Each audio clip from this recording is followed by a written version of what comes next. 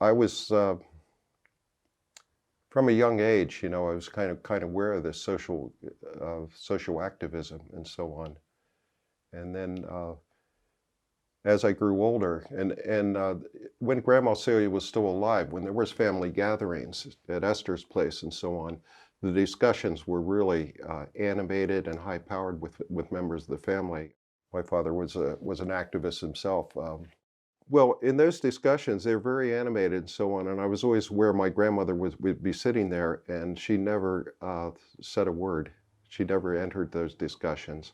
And I'm wondering if there were many people in the family that were political, including my father and my Aunt Esther and Abe, so on. And I'm wondering if she was apolitical. She had a different take on life. And I could remember, I listened to some of the interviews, and they said, Aunt Ruth described her as dour and so on. And but there was another take to her, and they used to say, "Oh, she gets along with everybody, even the Irish cop on the beat." That was a phrase I heard over and over again, you know. And sometimes I'd look at her, and she would smile, but she would never enter into those discussions, and they got pretty animated and voices raising and so on,